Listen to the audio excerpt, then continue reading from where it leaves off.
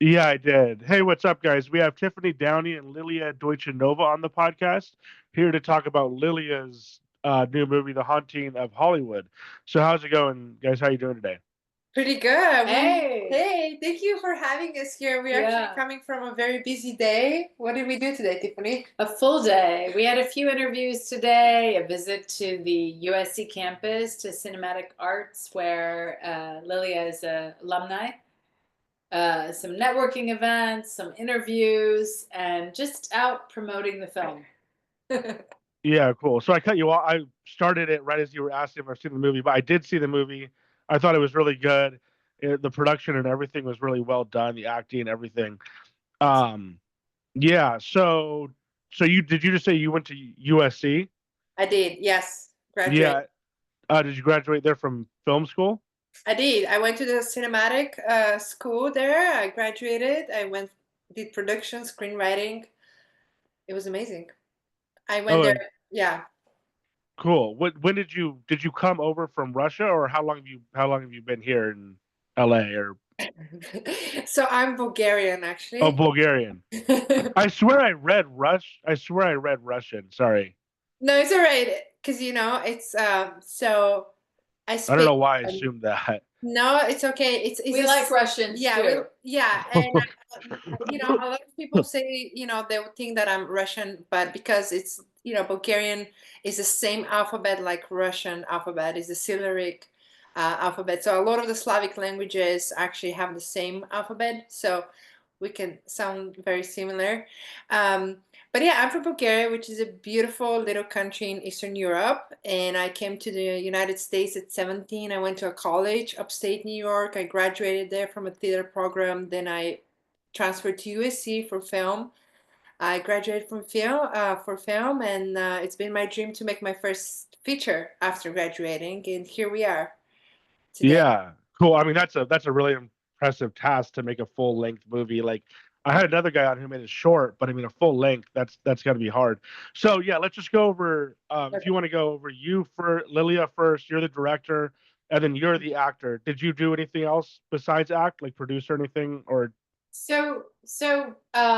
Lily and I, when we finished principal photography, we actually spent some time together and cultivated a Voiceover script. yeah, voiceover script and sort of like another layer of storyline to weave into the established script. So, which is the haunting storyline, which is the voiceover effect and the voices in James's head, and just sort of going a little bit deeper into where that's all coming from. So, But that was recorded at Cherokee Studios, which is a studio that Tiffany co-owns with mhm. legendary Bruce Robb.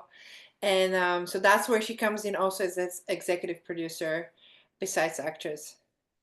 okay, cool. And so yeah, we went over. Let's just go over both of you guys first. We went over you a little bit. If you want to go over anything more, Lilia, and then Yeah. Tiffany, if you want to go over your background too, just in general. Me again? If you want, I mean, you already said, you know, Yeah, ask me yeah, questions. Like, what yeah. do you want to know? Well, what And about Tiffany? Where? Let's get a little background on you first, and we'll go from there. But I usually ask that question just so everybody knows who's Yeah. who and everything. Yeah. So, I'm Tiffany Downey. I'm an actress. I'm also a Hollywood multi hyphenate where I own a recording studio and have been involved in a lot of other aspects of like indie filmmaking and art and design. And I guess I'm a little bit of like an art addict. I get like spread a little thin. a great networker. Thank you. Um, but my true passion, my strongest passion is really for acting, and everything else is just sort of a support to that. Um, and I'm an LA native, which is sort of unique here, and I have had the great opportunity to having lived in a few different countries. So I've spent some time abroad, and that has only enhanced my interest in storytelling and people, and you know, human psyche, which is I think where we connect is a passion and an interest in exploring human psyche, which is a big part of our film. thawing of Hollywood is understanding multi-generational mental health and really exploring in via my character a very damaged dream of Hollywood, which is very common. People come to this town with an expectation of success and fame and fortune and whatever being sort of the end all be all. Like, if you can just do that, then everything's going to be wonderful. And of course, we all know that's not the case. Yeah, I'm very interested in the subject matter. So, it caught me. And one quick question: you said you own a recording studio. Have you recorded like any big name bands, that type of thing? Okay. I'm interested because I might be starting like a band soon. I've been in bands and stuff, but That's amazing. Okay, so strangely, as a tangent in my career in Hollywood, I ended up getting involved with a studio with a big career. I mean, a big history. So, three brothers, the Robb brothers, founded the studio in the 70s. It's called Cherokee Studios. It's over 50 years old. It's a big legacy studio in Hollywood. And I came into it in an odd way as a filmmaker, connected with the youngest brother. We talked about film and music, opportunities with music for indie filmmakers. It kind of started like that. And then we ended up working together. So okay. I ended up getting involved with the studio back since like 2004. So we're basically at like the end of 2004. So we're basically. Okay, she's being modest, but they have recorded David everyone. Bowie there, David Everyone. Lynch, David Bowie. yeah. Oh everyone. man. John Carpenter, like, I mean, Over the 300 Beatles. Golden The Beatles. The Beatles, Yeah. right? So Yeah. it's When was the Beatles? Like that must have been incredible. When was that? This studio was around since the 70s. 70s, yeah. Yeah. Wow. So- Wow. Yeah. And it's right They have here, a huge yeah. history. And it's an iconic place right next to Paramount Pictures, in the heart of Hollywood, so Yeah. incredible. It's a beautiful studio, and it's a piece of history for sure. Yeah. Yeah. Well, I'll have to check it out, and I'll maybe hit you up because, like I said, I'm starting a band, and one of the guys has, or two of them actually have a good amount of money to put into it. So maybe we'll go to you guys. But yeah, we're here for the movie. So who are you guys influenced by? I personally kind of got a little bit of like a David Lynch vibe from it, which is really good. I mean, he's one of the best. And then I'm also into like Ari Aster, like Hereditary. Yes, and Midsommar. then yeah, exactly, and Nosferatu, Robert Eggers. So yeah, what kind of stuff are you guys into? What are you influenced by? How did you get into it? All of these that Can I you say mentioned. something quick about Lynch? Because you talked about music as well. David Lynch was actually a client of Cherokee Studios. So Wow. I had the privilege of, knowing him via the studio. That's and amazing. Personally, and being a huge fan of his work and her influence, and we all connected on that level. So David Lynch, absolutely. It's a big conversation. Like Mulholland Drive kind of Mulholland Drive has been a huge inspiration for this movie for sure. Definitely. Midsommar, all of these that you mentioned, Ari Aster, Hereditary, also Under the Silver Lake, or Maxine, which actually just came out, but looking back to see that, Pearl, Ty West trilogy, and also the Blair Witch Project a little bit, almost to the OG found footage masters, so just it's been a combination of all of this, but at the core of the story, also a little bit Gaspar Noé, if anybody, the client, I know him, but I don't know if I've seen his movies, but Climax, right? The Climax, and also Enter the Void. Under the Void? Enter the Void, yeah. Enter the Void, okay. So I'll have to check those out. I've heard Climax is good, yeah. Yeah, they're experience movies. They're not, you gotta go. They're not for everybody, but they're definitely experience movies, which I love, and definitely a lot of experience from there as well, inspiration. But at the core of the story is really the story of Pagan Twiso, who was a British actress who committed suicide in 1932. She jumped from the Hollywood sign, and that kind of, I stumbled upon her story as I was researching about a Hollywood sign. And that story really struck me and made me think about my journey here in Hollywood as a young artist trying to figure it out, so kind of combine that with my experiences and the people around me, as going to USC, I met so many actors, having to cast them in my shorts, and that became my friends. And then I just was always just like kind of, sad in a way, just kind of like shocked of why they seemed so sad in a way, you know what I mean? Because they're always waiting for that next role, for that big hit, and some of them spent 50 or 60 years, you know what I mean? And some of them spent 10 years, I don't know. And it's just like, I don't know, that kind of stayed with me of like me coming to LA, living here, and coming to perspective of like what the reality of my life would look like being in this different country, in this different city, and seeing how the people around me live. And that just made me really think and reflect, so that is just kind of like where what my first movie is about, it just reflects my first experiences here in LA, in this city, a factory of dreams and Yeah. nightmares, because Yeah. a lot of the times it felt like a nightmare, to be honest. Mhm. Really, it's that bad. Yeah, I mean, it's not like it's that bad. It's just like, I think nightmare in the sense that like the people come in with such high fantasy. That's the thing. the is that, desperation, like, the yes. desperation Yeah. So the is high. nightmare is not that Yeah. it's not that like life on the streets is so nightmaric. It's that the people come here with uh such high expectations for like an easy, Glamorous life. a beautiful, I'm, like, yeah. it's just I'm like, gonna take a bus to Hollywood and I'm Yeah. beautiful. So Yeah. then I'm gonna be a I'm star gonna be and then I'm accepted. gonna, Yeah. and that's gonna give me money and whatever. And it's just not, It doesn't work that like way. that. Yeah. Yeah. So would you say even like the ones who have like quote unquote like made it, would you say they're also kind of almost sad too because I'm they're sure they've still been there. Yes, And but I'm I sure would they also are. Yeah. say the idea of made it, the biggest, like, I would say fallacy out there is that this idea that like these like overnight stars.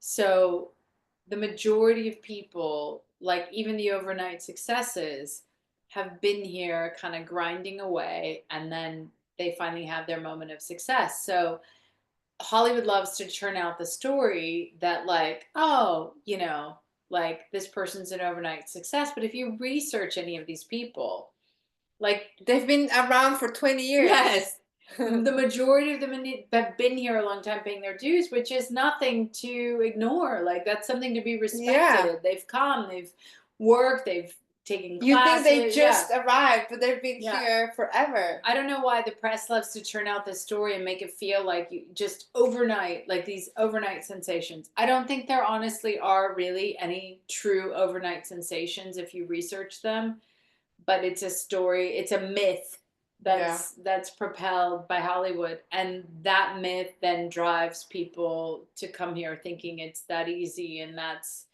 where the nightmare comes, because like you should come to Hollywood with the expectation of like working, loving what you do so much that you're going to come, you're going to work, and you don't know the outcome, then you're going to be okay. But if you come thinking that it's going to be like, Marilyn Monroe, you go to the the cafe, Roosevelt. the Roosevelt, someone discovers you, boom, that's it, you're beautiful, and then it's over. Like Maybe it used to work that way before when there were like 100 people, but now it's like it's millions. The competition is fierce, and it doesn't work that way, I remember, Yeah. like, to put it in perspective, I remember hearing this statistic, and I might be seeing the numbers a little bit wrong, but when Sally Field went up for the role of Gidget, I think she was up against like 100 girls. Yeah. So imagine today if you had a network TV show with a role for a female character you would literally be seeing women from, it would be global. You'd be seeing them from around the world. It would literally be like probably 100,000 women that are going to be looked at for that part. So that's like, yeah, that's the comparison. Yeah. It does seem like every once in a while you do see some, maybe they have been working for 20 years or whatever, but they'll just kind of come out of nowhere and just blow up. Like what's coming to mind is like Jenna Ortega or like Timothy Chalamet, Well, because Jenna they're so Ortega was a young. child actress, though. Yeah, That's and Jenna that's Ortega was, yeah. yeah. She's actually been working since probably I don't know for a fact, don't quote me, but like probably she's 10 years old or something Timothy like that. Chalamet, I know I saw some video of him in his like High School Musical. And it was amazing.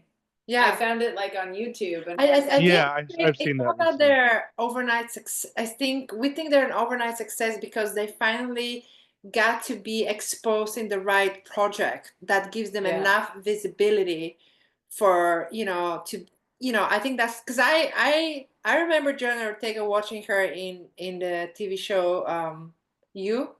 I think it was season 2 or 3, and she, even though she had like a very small part, immediately she made an impression on me, and I was like, okay, there's somebody good there, and yeah, I know what you mean. But she's been working, her whole probably childhood and teenage years, what I mean? It's like she finally got to the point where she's in a show that has enough visibility. I love the example of John Hamm because when he came out in Mad Men and it was like suddenly he's this huge star, he'd been like best friends with Paul Rudd and all these people sleeping on their sofas, or roommating with he'd been around forever. Like he wasn't, but I feel like that's the thing is like give them credit for the fact that they stuck around. Don't try to play them off as like, oh, they just boom. Landed. No, they've just been long enough. They paid their dues. They paid their dues. They endured a lot of stuff, and they didn't give up. They didn't give up. That's what it is. Yeah. What do you think about some of like the nepo babies, like the children? Like, do you think has it been easier for them? Do you think, or it is? Has it been easier? Come on, of course. Of course, it has. But it is. But it's like a double sword. Yeah. Because if they're a nepo baby, that means that somebody from their family made it big, right? So they have big shoes to fill in. So they have these pressures and expectations. I have to be either at their level or better, right? Because if I'm even a little bit under, I'm a loser, right? Or I'm not good enough. So it's like, it's a huge pressure, and a lot of them crack with, drugs and alcohol, whatever, they find a way because the pressure is high. All eyes are on you, So it can, sometimes it really, I don't know, it helps. Even from the music side, there's a number of like really talented people who've been kind of low key, like Jacob Dylan, for example, Bob Dylan's son. He's super talented. I love him, but he's low key about it. I'm sure on some level for him, it's like hard. Imagine, being Bob Dylan's son and then still having an interest in music still. So like sometimes maybe people would question that they end up in that same path, but then if you have that genetic inkling or whatever that thing is, like he still had it, he still wanted to be a musician, where some people might talk themselves out of that, but like, so then you're just like, you're trying to do your thing, you're trying to not be compared to your parents, and I get it's hard. It's all here mental. I feel like you have to be ready to give that amount of energy to be as good as them and even better, right? But that means you have to dedicate 150% of yourself, and have that amount of energy to know that you would overcome every challenge no matter what. But on the flip side, let's be honest, if your parents are in the business and it's better than being nobody, pave the way for you, and for sure. Somebody, they call a friend, like suddenly like someone gives you like a little tiny part that gets you started, because listen, just to get your Screen Actors Guild card, you've got to do that first little job. Somebody's got to do the paperwork, because when they Taft-Hartley you in, It's like a little extra paperwork. Somebody's going to do that for you. All those little things that it's like so are hard. a favor that It is a favor. parent is calling in, that definitely makes their life Yeah, easier. and on top of that, it's like that's the thing that I'm trying to still to explain to my parents. It's like jobs in movies. It's not like they're announced in the newspaper on the job sites. You know, it's not like, hey, I'm looking for a a PA, a DP, a director. You know, these are like it's all insider. This is you have to. You have to work hard to find out about where somebody might be looking for this kind of position. You know what I mean? So it's like, it's crazy, to be honest with you. This is a crazy job and work and field to be involved in. I think the nepotism has always been there, actually. When you go back in time, it's always been there. I think it's been brought to the forefront more recently because, I don't know, because people have the ability to spotlight it better with social media or whatever. And now we have a movie opening this weekend that's, I think, like Dennis Quaid's son and like Jack Nicholson's son or something like that. So oh man, you have it like more prominently in your face. But like you go back to like, I remember Emilio Estevez like going out of his way to change his name and try not to be riding on his father's coattails.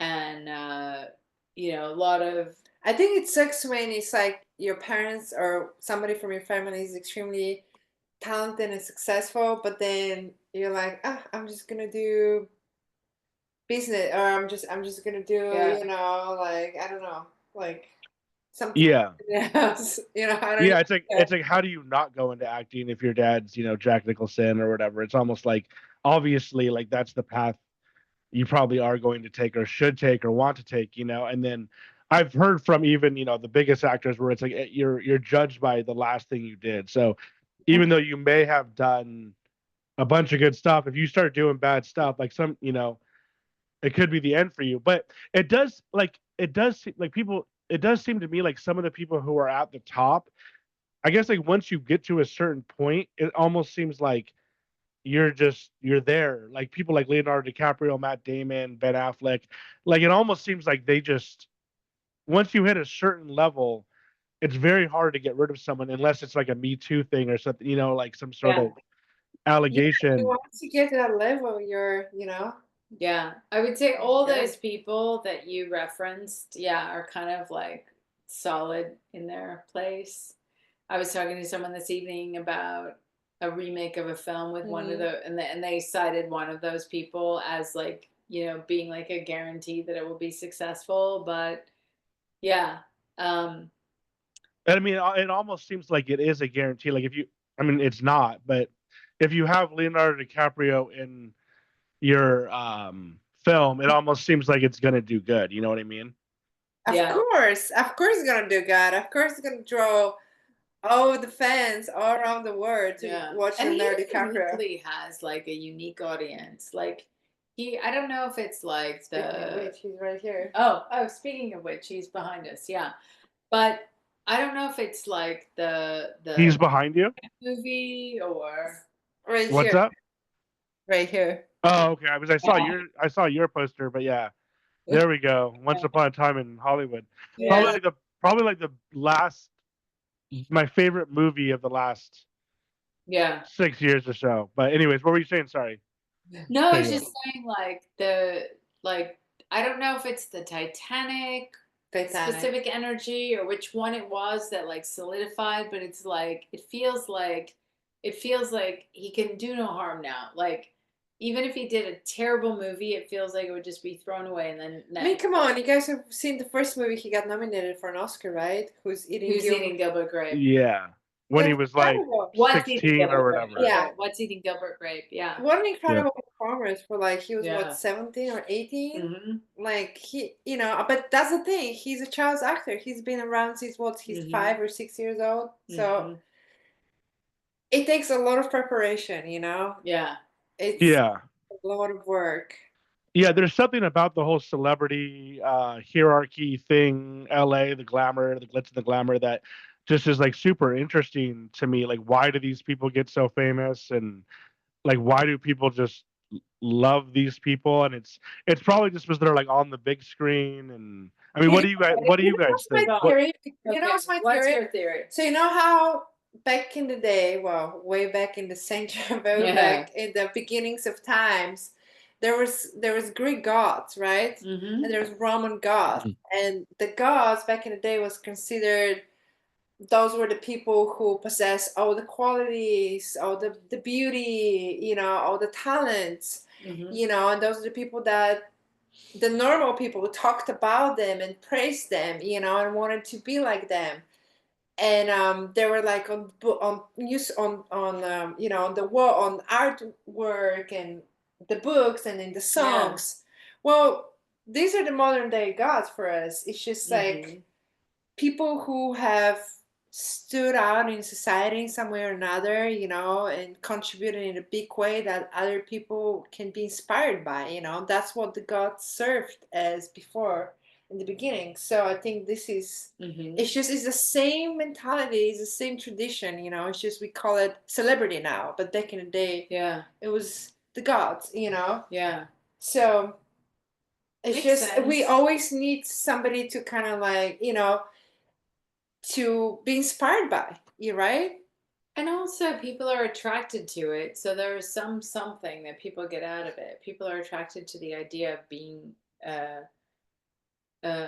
uplifted by like Other person yeah. who like somehow feels like they've achieved more or whatever. I don't Yeah. know. But I mean, we what is do a that celebrity? naturally. It's somebody that we talk about, right? Somebody in the Mhm. public eye.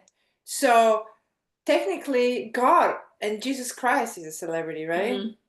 yeah, yeah, I that's can true. I can take this directing one Yeah, Yeah, yeah. take this in a religious direction. Yeah, I mean, do you guys see the whole like hierarchy thing going on in Hollywood? I mean, obviously you probably do, but like how people are trying to kind of like get to the next step, so they're, you Oh, yeah. know, Like doing everywhere whatever they you go. can to We're kiss at a butt. networking event before we were here. Everywhere you go, I think there's like everybody's conscious of like where they're at and where they're trying to get to. And in fact, I was talking to someone earlier today who comes from the tech industry and is getting into directing and probably has a little bit of money. He didn't flash it around, but he was talking about the social networking side of this business and like the bubbles that like Yeah. he was attempting to get into and being rejected. And it was hard for him because Yeah. he comes from a different background. Yeah, and being rejected by like,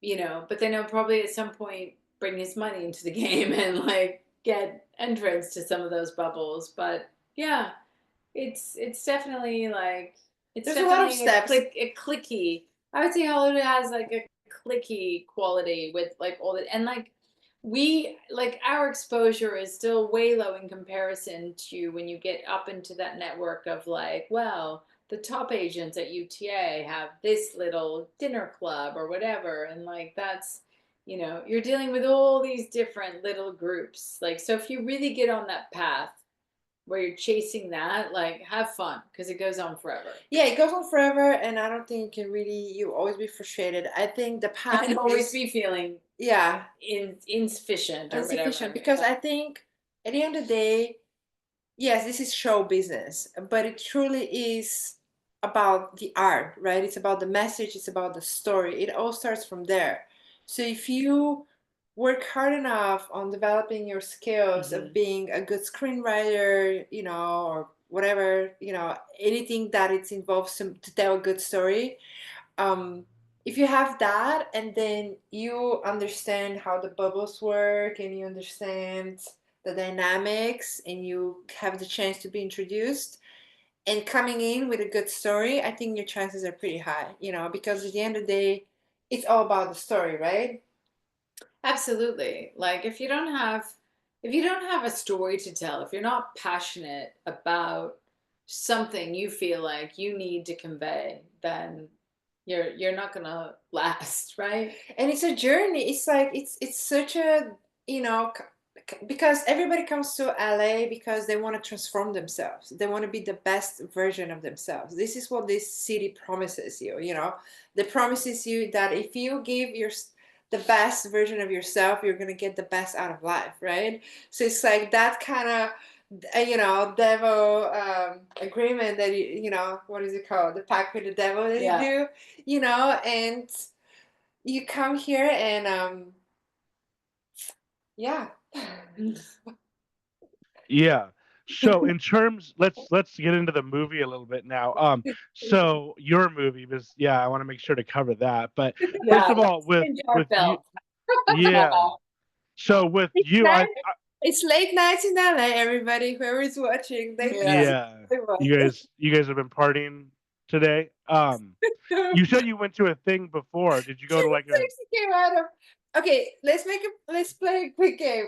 What movie does she look like she came from? Well, I was actually just gonna say that I felt like I recognized you before, so I don't know if I've seen you in anything else. I don't know what movie you're talking about, but what? Yes, of course you have. Absolutely. But there's another movie called Fear and Loathing in Las Vegas. Oh, okay. Which one? Part 6. What's up? I said part 6. Were you in part 6? No, we're just no. There's only one. There's only one. Fear no, who are you saying she reminds you of from the movie? Exactly. Yeah. So you were saying, let's talk about The Haunting of Hollywood, because we're meandering all over the place, because it is true. It's late for anybody watching. It's late. We've had a few stops along the way, and yeah. But I mean, I'm just curious. Who are you saying you look like from the movie? Is that what you were saying, or? No, just saying she looks like Johnny Jett. Oh, okay. The actual book cover, I think, has this face with the glasses. With the glasses and everything. But yeah, I was saying, I thought I recognized you. I felt like I had seen you in something before. I thought you did a really good job in the role as playing like the overbearing mother. You know what I mean? That you did a good job. So have you been in anything else? Yeah. Well, no, I know the movie. Yeah. But so I started. I've actually sorry to interrupt, but I've never finished that movie. Like I like it. What I've seen, I like. I just have never finished it for whatever reason. I understand. It's too crazy. It's too like too much of a mind fuck. But anyway, so yeah. Let's get into what did you do before? Have you been in other stuff before this? I started as an actress, and I have done some films, some indie films, and so there's like a body of work before I took a break. I mean, I didn't take a break. I just tangented into indie film production. I had a lot of people around me saying like, "Oh my God, you should produce, like, so you have more control over your career and whatever." So I started down, oh, that's a good idea. Like, have more control. I started down that path, and then you start developing projects, and then you get a really great script, and you have it all ready to go, and then you find out you got to get financing. You got to get there's like so many other levels to it. So I kind of took myself further away from what I really wanted to do, getting involved in a lot of areas I did not want to do. However, learning a lot. And then in that process, even getting involved in music, which is something I love, but is still kind of not totally in my lane. So I would say that when I re-enter acting now as like a performer today, it's with the benefit of having experienced a lot of the industry and like having a lot to bring to the table, a more comprehensive understanding of the industry.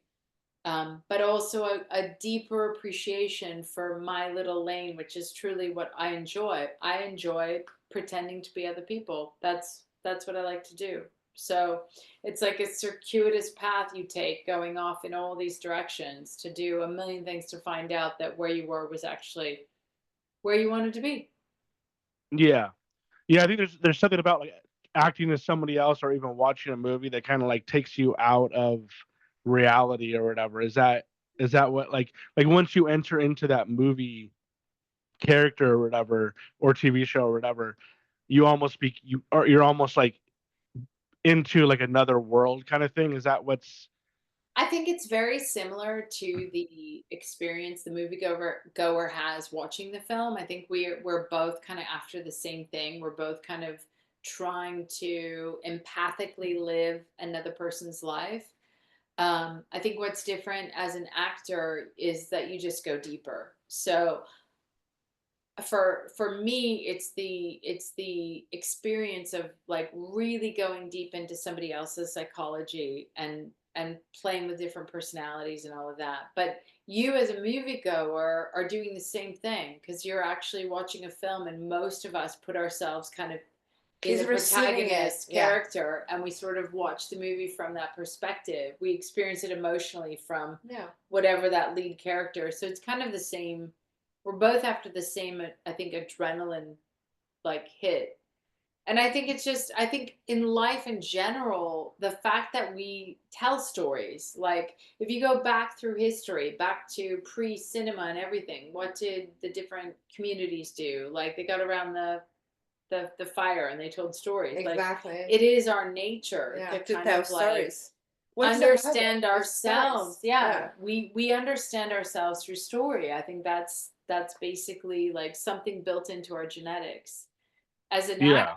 I think it's an incredible addiction to um, wanting to experience all these different scenarios and emotions and situations that you imagine yourself to be in. Yeah. Then Lilia, what about you? What were you doing direct? Did you make some shorts before this, or how did you get your start in directing? Yeah, so I starting with a theater program in New York, upstate New York, where I was very much involved in theater production there of different plays.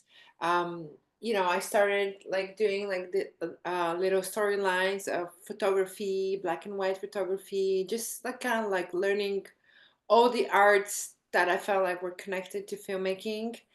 And yeah, when I went to USC, I just started, we had to do a lot of shorts, and yeah, but it's just nonstop discovery. I feel like I'm still in the beginning of it, even though it's been 16 or whatever years, I feel like I'm just starting, and can't wait for all the fun stuff that Yeah. How long like did the movie take you to make in full? 6 years. 6 years. But Wow. So not 6 years like day to day 6 years. I would say like it how long did the movie take to make?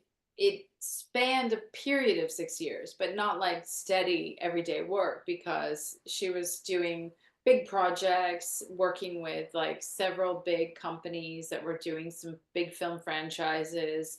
So you're stopping, starting, because that's another big thing about doing working in Hollywood is that most of us are doing side hustles to pursue our passion. Yeah. So, if somebody paid her to make this movie, she would make it in a year. 2 years. Yeah. Yeah. 2 A years. year. yeah. Yeah. So how did you guys get like the backing for it and all that? Um, well, we did crowdfunding actually. We did crowdfunding at the very beginning, which was, did a promo, test shoots, and all of that. And obviously a lot of love and support from family and friends, and a lot of sacrifice and self-funding. Cool. And then so in terms of the actual filming, for somebody like me, I would love to be a director. I don't know. I don't think that I'll probably ever be able to make a movie, honestly. Yes, But you can. Just pick up, just put on your camera on your iPhone.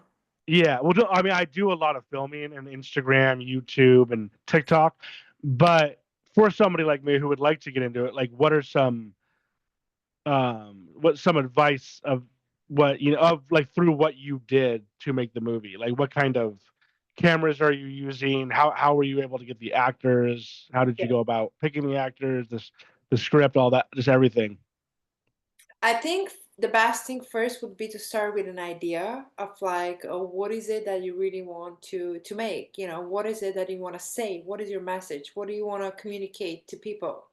You know, what do you feel like you have to express, you know? And it can be the most simple and mundane thing ever. It can be a complex, whatever is it, but it's just like, as long as it's authentic and it feels genuine and, you know, it's honest, it, you know, you can touch anybody. It's relatable, you know? So I think it's starting there. And then obviously you want to surround yourself with good people that understand what your message is that you want to convey, and you want to surround yourself with people who are good at what they do, you know, people that you appreciate their work. So whether it's a camera person or an editor or a grip, you know, so you do want to definitely make sure you find the right people to bring on board with you. um, and then, of course, once you have that, and you have the script and you have the idea, then you have to put the faces of your ideas, which is finding the actors, right? So that is, you know, there's abundance of actors. If you're on Instagram, you know, you can find so many, but it's just about communicating with them and seeing, going with your intuition, which ones you connect the best with and feels like they fit the best roles, and you know, it's a process. You have to give yourself time. That's also another thing. Well, I would also say, as she's going through them, making it seem like quick, even just the casting process alone, I know she spent a lot of time going through a lot of people. Yeah. So, like, yeah, just to sort of like expand on that idea, it's not going to be so fast. That Almost you're a just gonna, year, like, yeah. yeah. Yeah, because Yeah. to go through people takes time. Yeah, I went to probably 500 or 600 people. Oh wow. Mm-hmm. Yeah. Well, I felt like the actors were good too. thank Yeah. you. I appreciate it. I take pride in that because I did put a lot of efforts into finding the right people, and I wasn't gonna compromise, you know, just to get anybody from the street. You know, I'm not like that. You know, I was like, no, if I'm gonna put people on my movie that I wrote and that I'm gonna finance, like this gotta be like the actors Yeah. that I'm completely 100% sure that I wanna. Because I'm like kind of like putting you have to spend time with this person, right? Mm-hmm. It's like, Yeah. you know, do I want you to spend time with this person? You know, do I want to spend time with this person? You know? Yeah. Yeah. Like I don't know if I'd be able to make a movie with like Joaquin Phoenix or something, but he just seems to be so crazy. You know what I mean? Oh, Even though I would love that. Are you well, kidding me? well, no, he's such a good actor. But I mean, I've heard He's that a trip. he's Yeah. nuts, and he like he walked out of that one guy's last movie. He just like bailed on it. I don't know if you heard about that. It was Which um one? Todd Haynes. I don't know if you know who he is. Oh He yeah. was he was supposed to be in his movie, and then he just like kind of bailed on it. And Todd Haynes was like, you know, what do I do now? I think he had to stop the movie. But yeah, for me, the hardest part is getting people to help me. Like I think when I was younger, I would have been able to find people just to do it with, and we even did stuff for fun. But now, my age, it's kind of like nobody seems to really want to do anything unless they're getting paid. You know what I mean? It's like, and Yeah, I just don't like, have the money to pay them unless I was able to raise the money. You know? but I would also But that, say yeah, that it depends. Like, it depends on your depends where you look, passion. and depends on where you look, because maybe the crew that you need is actually at your local like cinema school. And even though you're older and you're coming back into this, it doesn't mean you need to staff up with people of your age. You might need to go back to the school and find students who have the Hungry. passion and the hunger. Yeah. Yeah. They have Yeah. the passion for the experience. Because, yeah, a lot of us, as we get older, we get more jaded what we're willing to do. And we have more Yeah. responsibility. You might have like parents you're taking care of, or kids, or this and that, or whatever. So, youth, take advantage of the youth. Yeah. So in terms of the filming and like a little bit like behind the scenes, because I really don't have much of a clue of what the director is actually doing. Like I know I've heard that the director doesn't even actually normally look into the camera. They have like the cinematographer doing that. So Yeah. what are you doing behind the scenes? Like what kind of cameras are you guys Okay. using? Can I interrupt Yeah. for a second and say, Yeah. well, so the first thing the director is doing is holding the vision for the entire team. So we're all following their lead, their vision, their concept, their words, and in a case of a writer director, it's their words, it's everything. So it's not an absent position at all. And then the second thing is they're setting the tone of the set. So even if they're relying on the support of an assistant director or whatever for like logistics, which in this case would have still been Lilia Yeah. because she was running both jobs. But even if you're doing that, everybody is still in trying to get in alignment with the director's like vision, rhythm, Yeah. schedule, sequence. And they're also creating the energy that sets the tone of everything. It's big. It's huge. Yeah. Yeah. So Yeah. Well, no, there's I a definitely know lot it's a to, big job. yeah, Yeah. there's a lot to the job, and you don't always see everything that is that job, but it's a big job. No, I know. That's the thing is I think that most people don't even like really think about what the director's doing. They're kind of looking at the actors, but in reality, the director's the one obviously who's Mhm. making the movie and directing the movie. So, but yeah, I'm interested in like what cameras you were using, like the editing process, the like color grading, that kind of stuff. Yeah, of course. Yeah, yeah. We did a mixed media, so we did a bunch of different cameras from, Alexa to GoPros to iPhones to Blackmagic. So I think we used 5 different cameras, yeah, and we have over I think 90 hours of footage, which is insane. Wow. Yeah, it's insane. And then you had to break all that down into like an hour and a half. Yeah. Yeah, and then my first cut was actually 2 hours and a half. So from 2 hours and a half, we brought it down to 2 hours. From 2 hours, we brought it down to 65 minutes, and then I extended Brought it it back up. brought it back to an Yeah. hour and a half. So it's just been a complete insane experience making this movie and shaping it because, the story kept changing. I kind of kept leaving it open as I wanted a lot. My process with casting was like I wanted to cast a lot of the actors kind of a little bit closer to what the characters are, like I wanted character actors. So um, that's why I wanted to leave a lot of openness in the scripts for improvisation, which I invited a lot. And that was amazing, but at the same time made it very difficult for me in post production because that gave me so much variety that when you're down to making the cut, you have 100 options to choose from, and how would that connect with the scene before or the scene after, it just makes a whole difference, so it was just about fine tuning all of these moments to follow a certain feeling and emotional wavelength, was extremely difficult on this project, but the music helped a lot. I worked very closely with the composer and we worked for a very long time to make sure that this tone was followed through, and he was very particular and detailed, which I'm very grateful to. And then I had another editor to come in and step in to fine tune and help me because my eyes were like burned, and I was numb at one point, and then we had a visual effects person who came in and brought little magic here and there, to elevate a certain moments for, that paranormal moments that we have in the movie. And then we had an incredible sound designer from Australia.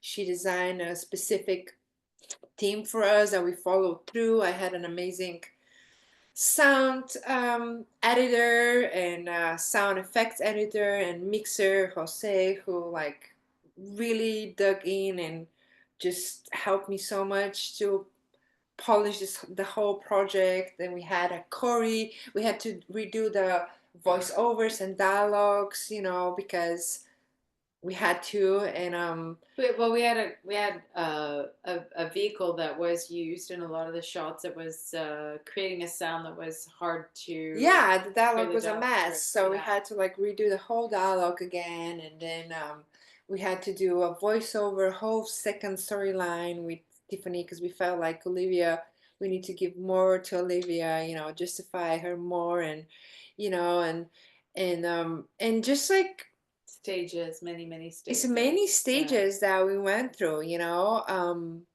but it's been incredible, you know, and I feel like I was always kind of like rushing to get to the next stage. And every time when I'm rushing to get to the next stage, I realize I'm not there yet and I have to go. It's this whole movie has been like, you know, one step forward, two steps backwards, one step forward, two steps backwards, you know, and but it's okay. It's, you know, because I'm finally here when it's done and I'm talking to you about it and so many people, and I can't believe it, you know, because when I started making this movie, I was like, I just want to I just want to get to the point of like being on set and filming. I just want to get there, you know. Once I was there, I was like, I just want to get to being in editing, because if I know I'm in editing in post, I know I have a movie. I know I have something to work with.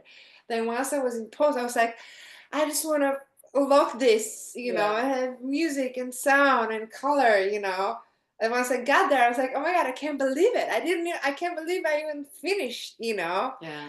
Because Which that is a huge thing too. There are so many films started every year that never get, they drop off at any of the places along the way and never get finished. because it's so difficult and people life don't comes in the way. You have to pay rent, you have to pay your bills, you know, but you have to work full time on this for free, you know, 24/7. But you also have your job, and it's a lot. Life, yeah. And you also have your Yeah. stuff going on, you know, and Yeah, there's so many movies that like because I follow movies and I'm like waiting for stuff to come out, and it's like this past year, yeah, it's like it either doesn't come out, or if it does, it may come out, but like it gets shelved or something, or like it's like right now I'm waiting for movies that I can't see in the theater because they're not near me, like The Brutalist. I know you can like buy it, but like I'm waiting I to like know, but you rent want to it. see it screened, which I What? Yeah. applaud you for wanting to go to the cinema, because that's Yeah. another big initiative I'm really big about, is that, you know, we all appreciated the experience in the cinema because it's different than watching it at home by yourself on a small screen. Yeah. And it seems like there's a push to watch it on Netflix or whatever. I think Oh, that absolutely. I think, Netflix doesn't even put most of their movies in the theater. Yeah. so if you, I mean, just to digress here a tiny bit, if you go back to kind of the mechanics of how you go about seeing it in the cinema, like it involved so many processes that if you're like a numbers person, it is so much more beneficial to drive your traffic to sitting in front of their computer or their TV and watching and streaming. Same with music. We saw the same thing happen with music. But music had this weird pushback where people went back to vinyl, which was like in direct contrast to what the money people were trying to drive. They wanted to get everybody out of a physical product, because physical product is like costs more money, you got to store it. It's melancholic and nostalgic. Exactly. And so people push back, and vinyl has had a huge resurgence, so much so that like new factories, thank God for Jack White and people like that, who've built new factories to actually press vinyl. Cinema is in the same place now, where the money people would love to kill the cinema because it's not economical, but the experience of the cinema is not the same experience of watching a movie on your bloody telephone. Yeah. So we have to resist as consumers. We have to resist and really support our cinemas and really fight for our cinemas, because it's a beautiful thing. Cinema was sort of like, if you couldn't afford the big theater ticket to see live Broadway for $100 or whatever, you go to the cinema for like 10 or 20, right? But if we lose that completely, you lose the ability to go out, to have this shared experience with a group of people, experiencing something together, laughing together, crying together. It's just, there's no comparison. You will not get that alone in your bedroom. Yeah. The only good thing I would say about it is the fact that, like, at least for people, I don't know, like, it's easier for people to watch it even on their phone or on their TV or whatever.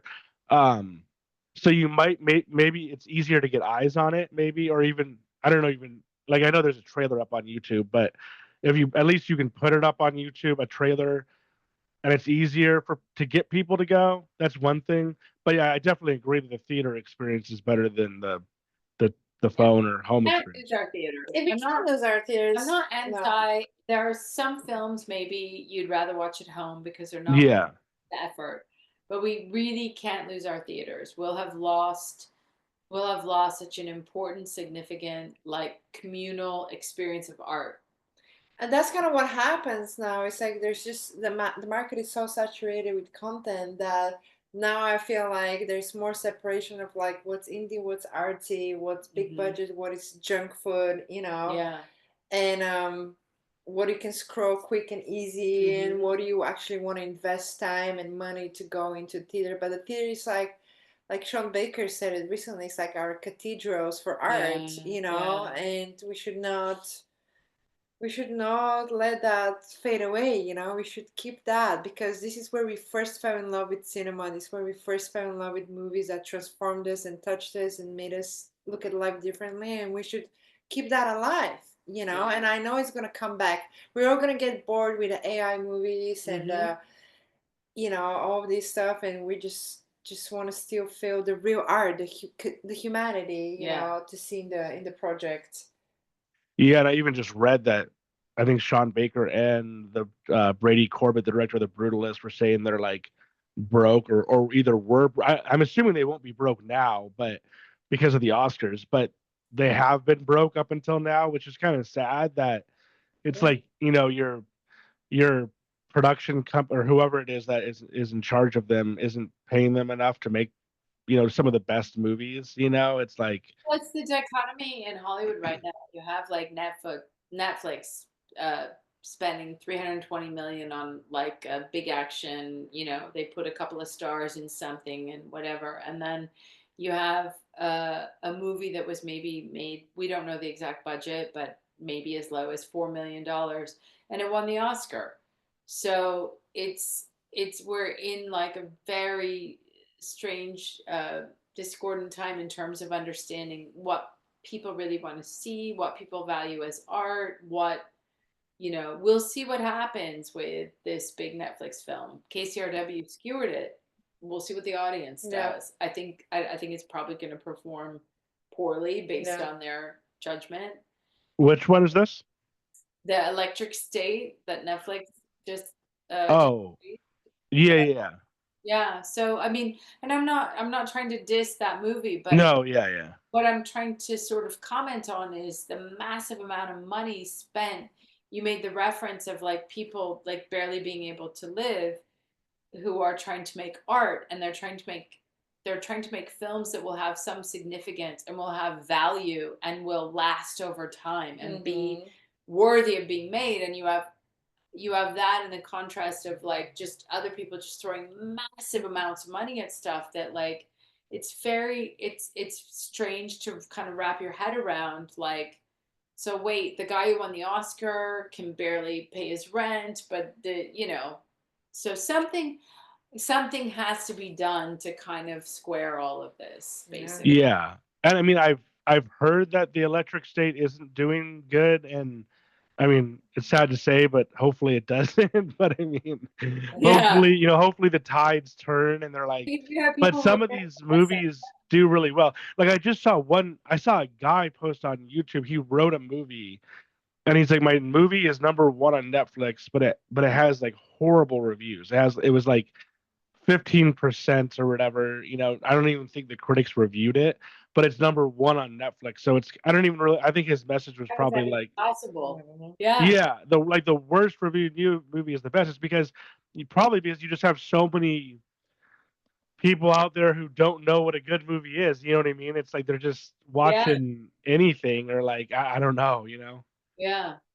So it's hard. I mean, but yeah. So what's the net? Well, first of all, what do you guys think about the AI in movies? Do you think that's going to take over? Is it already taking over? So I look at AI from two perspectives: its relationship to film and also music. So um, I think that we're going to go through an interesting time of transition, and then come through the other end of it. And I think we're kind of like in that weird time now. So basically, like AI has been in the music realm. It's been like a simplistic solution to, like, you can just like put all the greatest songs that ever were into something, and then it's going to spit out a hit. That's the idea. And or it can, you can like make it perform like this one, that one, whatever. I think the big thing is that in terms of creation, what everybody's missing is that we as creators, we create because we like to create. So where does AI fit in all of that? Because AI is not a creator. AI is like taking all that's been done and like distilling it into something and spitting it back to you. So I'm sorry, I'm going around in circles. The point is, if your goal is to try to achieve some end result, then AI is going to maybe help you get there. But most people who work in the realm of art are wanting to do what they're doing. If somebody offered me the opportunity for AI to give me an acting performance and I just don't even have to show up, my answer is no, because that's what I want to do. So I feel like the whole thing of trying to use AI and all these creative faculties, like, those people want to do that job. That's why they paint or they sing or they write songs or they make movies. We all do what we do because we enjoy making art.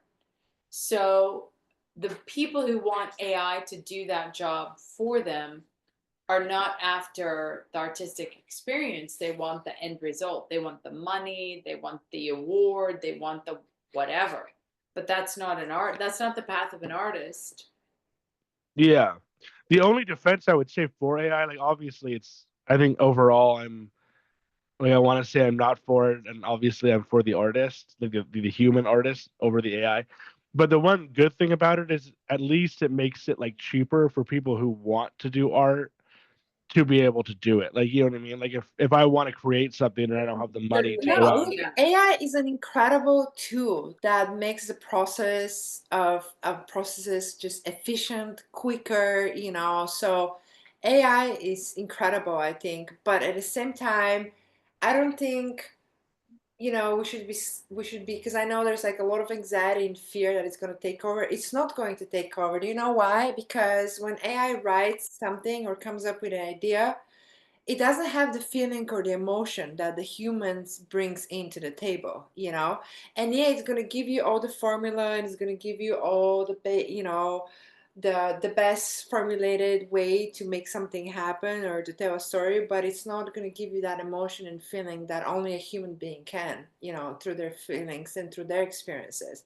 So I'm not worried about that, you know. And you know, but I do think it's going to definitely make the process of filmmaking easier. Unfortunately, I can see how visual effects or stunt department or makeup or certain visual departments will be affected by it. By the end of the day, at the core of it, which is story, it's not going to be, you know, it's just going to help the process maybe a little quicker, but it's never going to replace what a human being can do. And I think going further in, you know, in years from now, we're gonna even see a big spike of like nostalgia for stuff created by humans, you know, Like we and see with that's vinyl. yeah, exactly what you see now in music. We're gonna see that in movies in a few years, and whatever was made by indie filmmakers is going to be that even more precious. And I think these are the first signs of Sean Baker with Anora, what he accomplished now.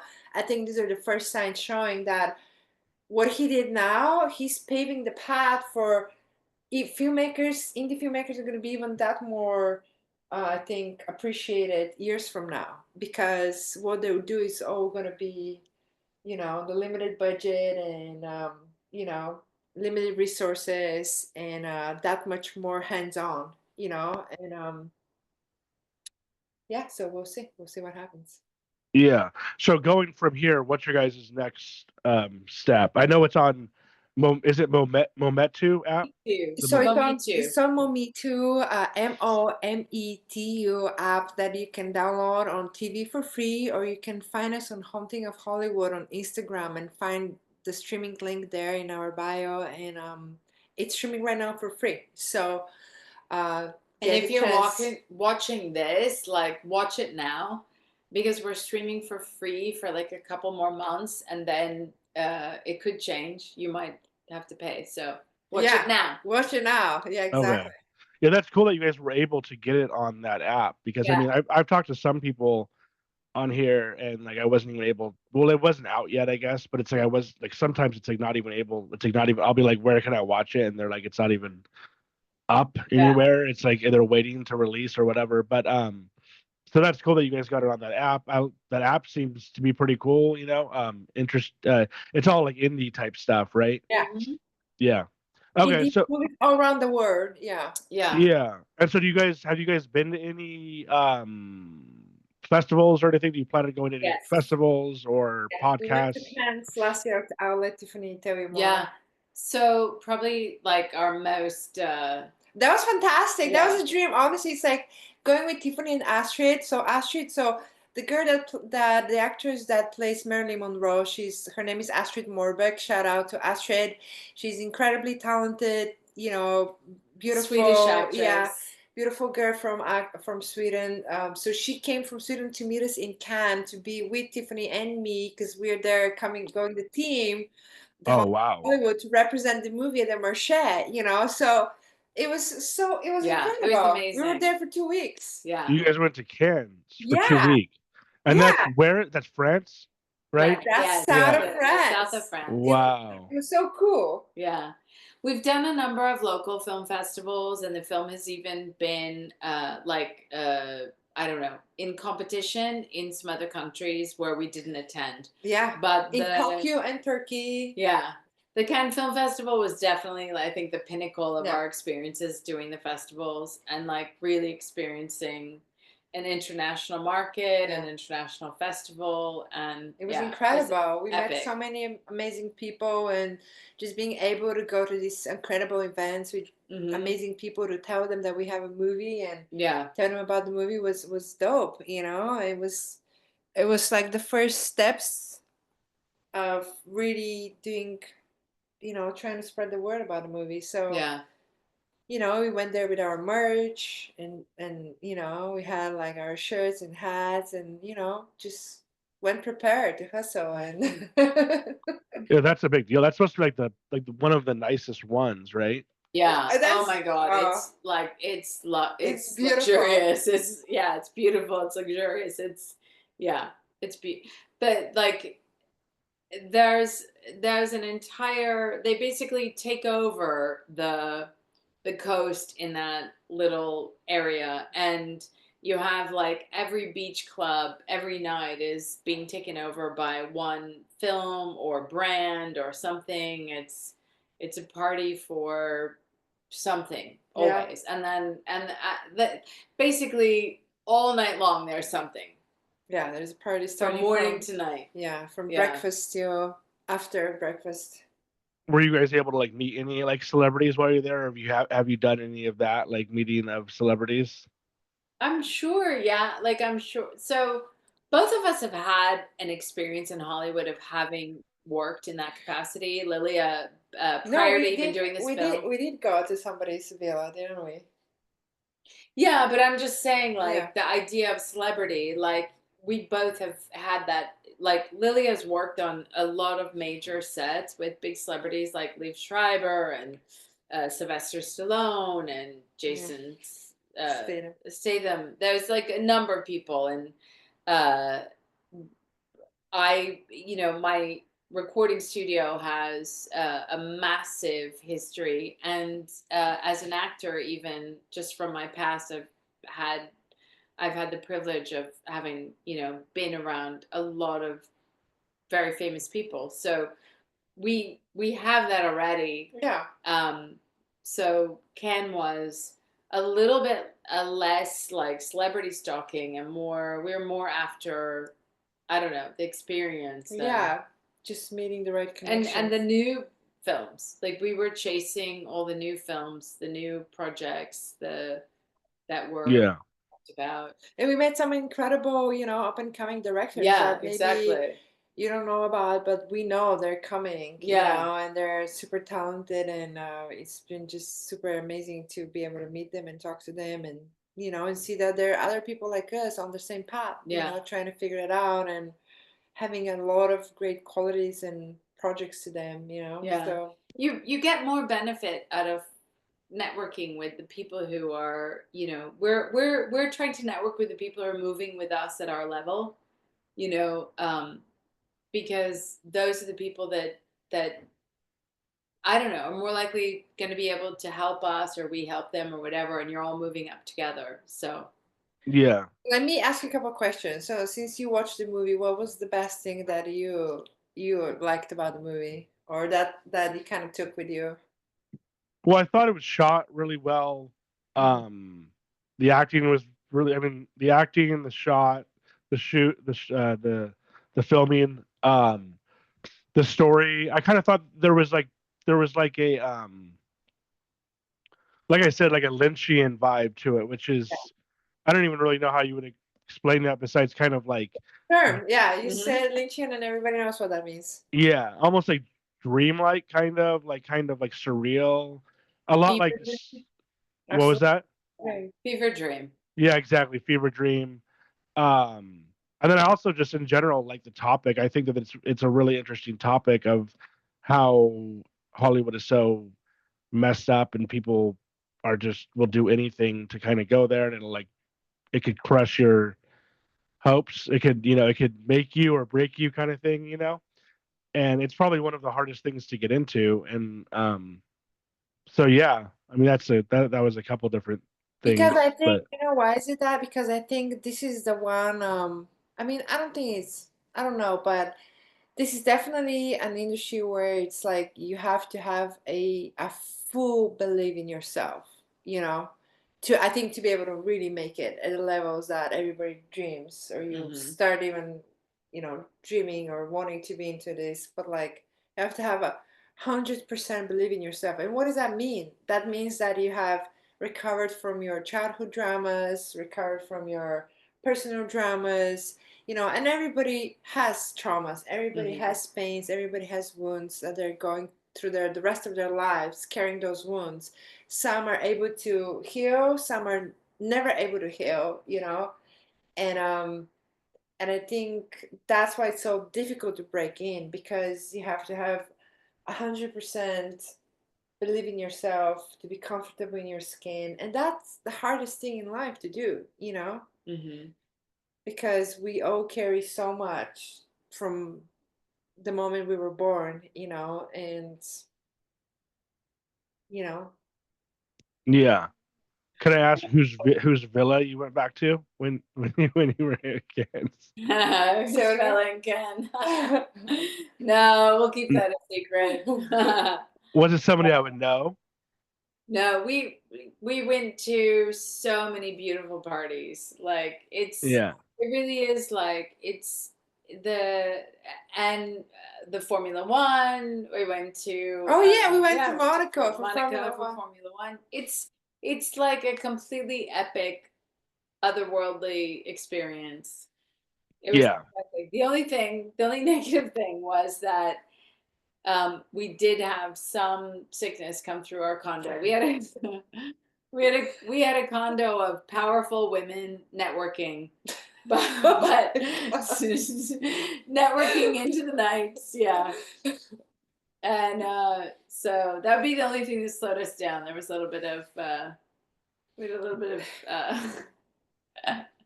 illness, like just partying a little too hard. Yeah. Sounds like fun. But it was amazing. Yeah. So do you guys think that there would be any possibility of you getting on like Mark Maron or Joe Rogan or anything like that? Or like, I mean, it almost seems like that would be like the thing to do would be to get like on some big podcast. You know Have you tried Can you get us networking? there? I Not count us out, because you know what? You never know. We're on a mission. We would love that. That would be actually fun. I haven't thought about that, but that could be a great idea, You should definitely try. I mean, you might as well try. You know what I mean? Exactly. I know Mark Maron does. Do you think he would like to talk to us? Which one? Joe Rogan? I think he might. I mean, if you're somehow able to get a hold of him and say, hey, we got a movie coming out, a big movie, if it was Joe Rogan, we would have to make the pitch of just like pursuing the impossible and like really really reinforcing all of that like belief and everything. And what was the other, Mark Maron? That one's more comedy. So that would just be the absurdity of like life in Hollywood. Yeah, we're ready for both. Yeah. Well, he does. He also has been doing movie stuff. Like he's gotten more into movies and stuff. Yeah. So I mean, I would definitely recommend that. I mean, it sounds like you guys. Great podcasts. We're What's honestly, up? I said there's so many great podcasts. Yeah. We're appreciative of each person who will take the time to watch the film, talk about it with us, because like I mean, this is Where are you located, by the way? I'm in Beaumont. Where is that? Do you know where Beaumont is? It's like an hour and a half east of LA. So I was actually going to ask about. I'm not near Newberry Springs, but I was going to ask about Newberry Springs because I thought it was kind of like a funny. Wait, where's Beaumont? You said is like. So if you take the well, actually, if you guys know where Palm Springs is, if you it's on the way to Palm Springs on the 10. Got it. So it's technically Riverside County, but I don't know if you guys did. You guys go to like the Palm Springs Film Festival or any of the local ones? Next year. We did not. Next time. Yeah, but so yeah, that's where I live. And then I was going to ask you about how you guys picked the Newberry Springs location because it's just a funny location. It's like this abandoned city way out there. Yeah, that was the idea. That was kind of sort of. We were honestly just which we really should go out and yeah. film there. Yeah, film some stuff there. Yeah, yeah. We've added. By the way, for anybody watching, we have additional content on our social media channels, Instagram and TikTok, and we're planning on shooting more. And we really should go out and shoot. Yeah, I would love that. And not Beaumont, Newberry Springs. I got confused. That's so fun.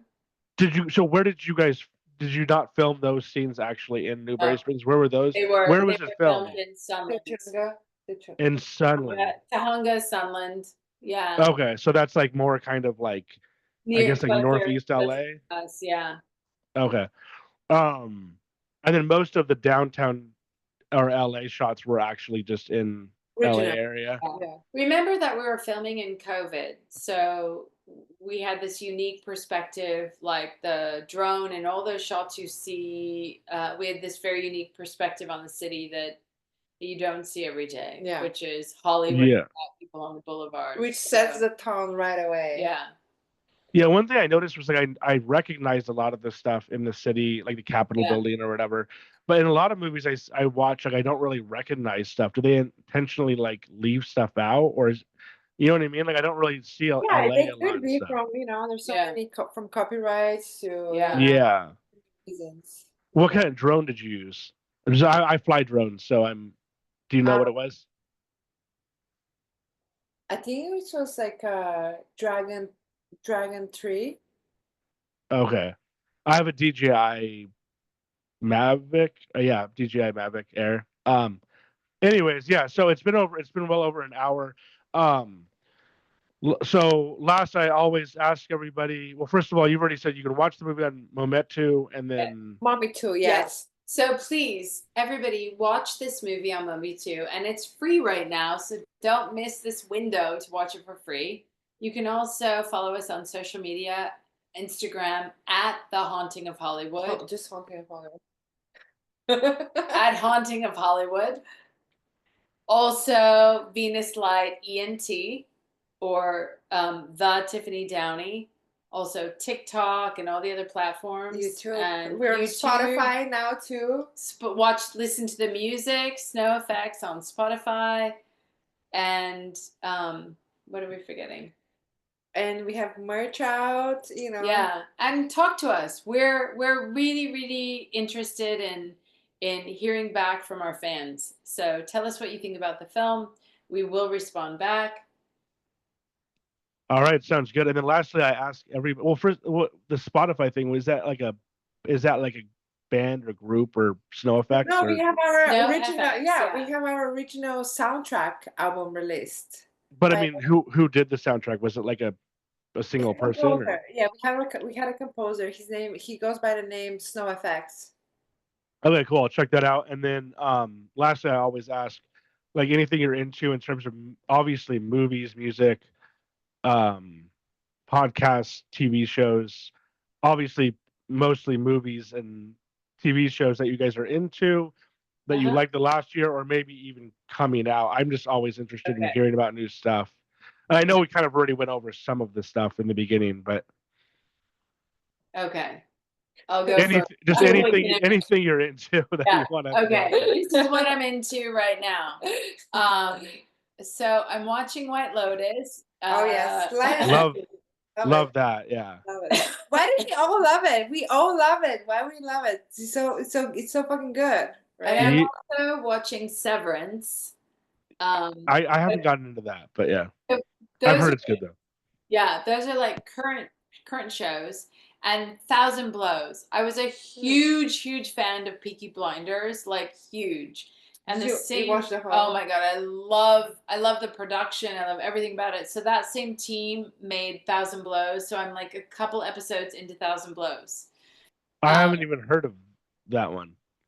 Yeah, I haven't heard of that. Yeah, one too. same production team as Peaky Blinders. So Cool. So I would say like that's kind of the niche that I'm into. And Is it a period piece? Yes. Okay. Yeah. Again, the 30s? Or... Yeah. Okay. Yeah. Turn of the century, like British. Nice. Yeah. The whole thing. Cool. So those are kind of like my TV shows at the moment. And then film wise, I have to see I'm a little bit behind on some of the films. I have to see The Brutalist, and I was looking something up, and there's like I have to see Strange Darling, I have to see Kneecap. I have like a list of movies I need to see that I missed still. So indie support indie film. Mm-hmm. Strange Darlings I liked, and I don't even know if I think I've heard of Kneecap, but I haven't seen any trailer or anything. But yeah, so that's interesting. I'll check those out. Yeah. How about you? Well, I love the White Lotus as well. I'm following that. Let me see. I watched recently Nora. I loved Nora. Yes. And I actually talked with somebody tonight that I was telling them that a favorite movie of mine that I have, it's kind of a recent movie, but not really. It's called System Crasher. It's on Netflix, I believe, and it's a German independent feature about this young kid. She's 8 or 9 years old, and she has like extreme anger issues, and so she cannot be at home, but they can't find a place for her in foster cares, So it's just kind of like she's in the system, but the system doesn't even want her, and her family doesn't even want her. So she's a system crasher, Oh, interesting. And that's the title of it. And yeah, that's a great movie to watch for sure. I love, to still watch like small independent great movies. I know I have a friend actually that just premiered their movie on Sundance, so I can't wait to watch that. It's called Plain Cloth. And yeah. Yeah, cool. Have you guys seen The Last Showgirl? That was one that I want to watch. I haven't seen that yet. Oh my god, I love it. But it was good. I love Pamela Anderson. I saw her documentary. I did not see The Last Showgirl, but I saw her documentary and then became like a huge fan after I saw the documentary. There's a lot of strengths in the movie. To be honest with you, it wasn't my favorite. Yeah. But it was a great movie overall, but it wasn't my favorite. But her as there could be more. I Jamie Lee Curtis killed it though. She was like incredibly good. Did you saw that movie, huh? No, that one is one I haven't seen, and then The Brutalist I haven't seen. Brutalist, we have to Did you see Nora? I saw Nora. What did you think of Nora? I liked Nora. Nora was probably one of the best of the last year. And then I saw the TV Glow was really good. I like that one. That was see, that's on my list too. I haven't seen that. Yeah. That one's really good. I love my favorite part of Nora was the ending. Oh yeah. Oh yeah, for sure. Yeah, that was the best part of the movie. I think powerful. Yeah, it was the most powerful part of the movie. I don't know if I fully understood I did understand it, I think, but what do you think the meaning of I that was? understood it completely. I think, okay, so I think, Okay, I want to say quick. You go. Because I'm very passionate about it. Like, I understood it completely. To me, it was a love story, but it wasn't about the obvious love story. It was the not obvious love story Mhm. of her and Yura, right? Was it? Mhm. Oh, that's the real actor Yeah. name of her and the bodyguard, Yeah. right? To me, that was the true love story. You know, it's like the moment he laid his eyes on her and he was there experiencing her going through the whole destruction of the marriage. I feel like we've seen him falling in love with her, and then it ended on like a positive note of like, this could be something. Maybe this is her really happy Mhm. story. You know, Yeah. this is the real guy. Well, for me, I agree with everything you said. I also think that when you get to the end, basically, you watched it. You like, watched it? oh yeah, Okay, good. I think basically the end for me is it's a control thing, and she is trying to assert her control when first she jumps on him, but Well, when she wants to he date him because that's what she does, right? She's a yeah, but prostitute. when he kisses So that's what she does. but when he Yeah. her, it goes into a place she can, She which can is why she reacts the way she because reacts. it's emotional and it's vulnerable. But and then she cries, and it's like the giving in. Like at at that point when she cries and he holds her, I feel like you have like new beginning, which is exactly we're because saying the he same wants thing. to tell her I love you, I accept you, and she's like she's fighting that, Yeah. right? Yeah. But I feel And like I feel she like has in the sex end, when she yeah. cries, when she cries and she falls into his arms and breaks down, I feel like that's the beginning. She can yeah, be that's the vulnerable. beginning, because that's the, like, she's been so tough through the whole film. She's like a tough woman. She was who's learned fighting to for be her tough. life. Yeah. She was fighting for her life. Yeah, and finally someone holds her and Yeah. she breaks down. And I think that's what's so It's beautiful is that beautiful. last moment. It's Yeah. It's just heartbreaking, but it's Yeah, beautiful. Yeah. I thought it was a little backwards, but I think that was the point that she was. Yeah. You know what I mean? Like I kind of felt like, well, like, why aren't you more into this guy than the other guy? The other guy was like kind of crazy and wacky. He had money, but it was like I was kind of like rooting for this guy. Her. Yeah. He didn't care. Yeah. He He ran dumped her. away from her when Yeah. like times got tough. Like, yeah, and listen. she couldn't bear it. She couldn't believe it. She Mhm. couldn't like grasp it right there that he was a piece of shit, you know. She still thought that she has a marriage. Yeah. You know. Yeah. And then it's like, and then you have the Russian bodyguard watching her. And he saved the ring for her too. I forgot about that. Oh, Until yeah. you said the Russian, until you said the Russian marriage, I forgot. He also saved the ring for her. He saved the ring for So her. And that's what made her break down. Yeah. Because she realized, okay, this whole time somebody did care about me, but it was this guy, not that guy. Yeah. Yeah. Well, it's good. It was good to have you guys on. It was good to have people Thank on you so who much. are interested in the same types of When movies. can we Yeah. see when can we see everything? What's up? Oh, I'll post it in the next couple days, and then I'll just send it to you guys, both audio and video. And then if you guys ever want to come back on again for your next movie or whatever you're doing, let me know. Please, yeah. 100%. But yeah, it was good talking with you guys. Social media? What was that? Do you follow us on social media? I don't know if I did. I will though. So I'll definitely be. Me too. We'll follow you back. Yeah. Okay. I'll message you guys on Thank there. you so much for the support and promotion. We appreciate it. Yeah, thank you for coming on. I'll tell us. I watched it, like I said, and I'll tell as many people about it to watch it too.